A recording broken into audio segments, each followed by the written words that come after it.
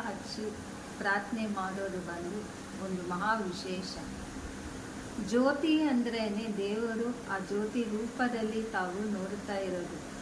ಈಗ ಎಲ್ಲ ಪೂಜೆ ಆದ ಮೇಲೆ ಕರ್ಪೂರ ಹಚ್ಚಿ ಆ ಕರ್ಪೂರದಲ್ಲಿ ದೇವರನ್ನ ದಿವ್ಯ ದರ್ಶನವನ್ನು ಮಾಡಿ ಪ್ರಾರ್ಥನೆ ಮಾಡುತ್ತೀರ. ಅದೇ ಥರ ಪೂಜೆ ರೂಮಲ್ಲಿ ದೀಪ ಹಚ್ಚಿ ಪ್ರಾರ್ಥನೆ ಮಾಡೋದು ಬಂದು ತುಂಬ ಒಳ್ಳೆಯದು. ಆ ಸಮಯದಲ್ಲಿ ತಾವು ಏನು ನೆನೆಸ್ಕೊಂಡಿದ್ದೀರೋ ಖಂಡಿತ ಅದು ನಿಮಗೆ ಒಳ್ಳೆಯದಾಗುತ್ತೆ. ಮನಸ್ಸಲ್ಲಿ ಆ ದಿವ್ಯ ರೂಪ ತಾವು ದೇವರ ಅನುಗ್ರಹವಾಗಿ ಆ ಜ್ಯೋತಿ ರೂಪದಲ್ಲಿ ತಾವು ದೇವರನ್ನ ನೋಡದೆ ಜ್ಯೋತಿ ದರ್ಶನ.